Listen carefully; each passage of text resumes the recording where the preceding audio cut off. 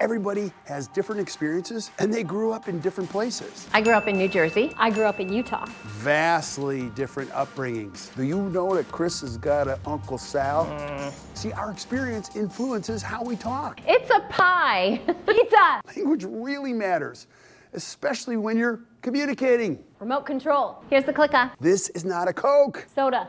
Pop. Which one do I foul? Sauce. Red gravy. I am so confused. Sneakers. Cake. Could you imagine being a patient, hearing different things from different people? The Explorer. Or the pick. Do we all say it the same way? I hope so. X-rays. Or radiograph. Some people still call it film. How do we get on the same page? A reservation. Your next appointment. Do you know that your language choices have a specific relationship with the percentage of cancellations in your office?